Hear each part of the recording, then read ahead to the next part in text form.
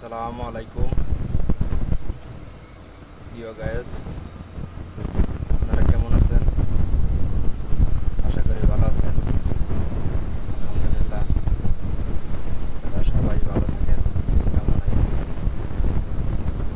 আমরা আসলেই পেশাগত ড্রাইভার, আমরা গাড়ি চালাই।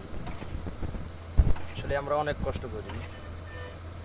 আমরা এক জেলা থেকে কিন্তু আরেক জেলা আমরা মাল নিয়ে 20 টন 25 টন মাল নিয়ে আমরা এক জেলা থেকে আরেক জেলায় যাই।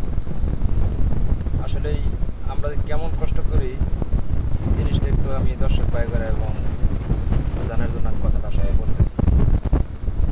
আমরা 20 টন 25 টন মাল নিয়ে যখন আমরা 500 কিলো 700 কিলো রাস্তা যখন আমরা টার্গেট নিয়ে চলি, তখন আমরা ধ্যান ধারণা থাকে আমরা যখন একটা গাড়ি লোড থাকে মনে করেন 8 টন, আমার গাড়িটা আপাতত 8 টন, আর মাল যখন 20 টন ভরি তখন 28 টন হয়।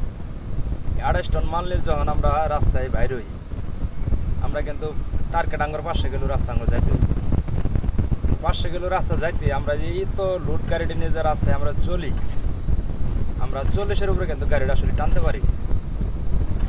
চলার পথে যেমন বিভিন্ন রাস্তাঘাট ভাঙ্গা, বিভিন্ন ভিড় ব্যতিক্রম করে আঙুরে যাইতে হয়, একভাবে আঙুরে যাইতে হয়। এরপরও আমরা যখন 500 কিলো রাস্তা মিনিমাম আঙুর যাইতে 10 থেকে 12 ঘন্টা সময় লাগে। আমরা কিন্তু একটানা যাইতে পারি না।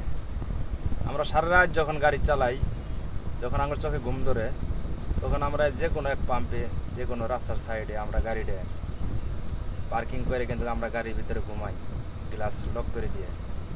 দেশের যে পরিস্থিতি, মানে খুব রিস্কি আমরা থাকি।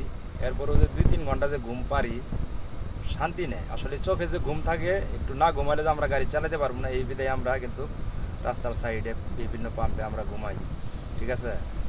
এর ভিতরেও মশার কামড়, বিভিন্ন গরম, আমরা অনেক কষ্ট করি। কিন্তু এত কষ্ট করার পরও আসলে আমরা সমাজে আমরা সারা রাত গাড়ি চালায় আমরা এক জেলা থেকে আরেক জেলা খাদ্য পরিবহন করে আমরা যখন রাস্তাঘাটে গাড়ি চালালে যখন আমরা দাম পাই না, কিন্তু আসলে মূলত আমরা যদি একটু ভুল করি আমরা গাঞ্জা করি বলে মানুষে অপবাদ দেয়, তারা কী খায় গাড়ি চালাস, নেশা খাই শুসনি, বিভিন্ন ধরনের আসলে মন্তব্য করে।